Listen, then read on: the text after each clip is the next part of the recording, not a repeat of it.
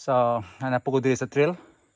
Og nalisod ko og navigate kay lapo kayong dalan, basa. Even here.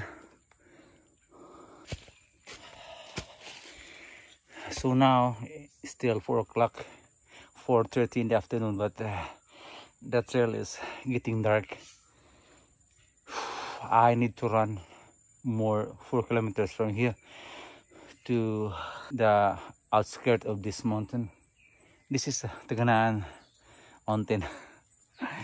So ako nagisulod rin karon kay na may gasulti sa ko ang nindot daw ni nga trail, pero ako nakita nga mud are thick and difficult to navigate by foot.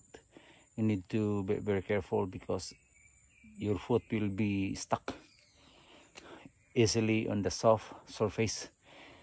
Pero padayon ako ni, I will try my best na makagawas ko diri within 20 minutes. Then it can be easy for me to come back to the highway.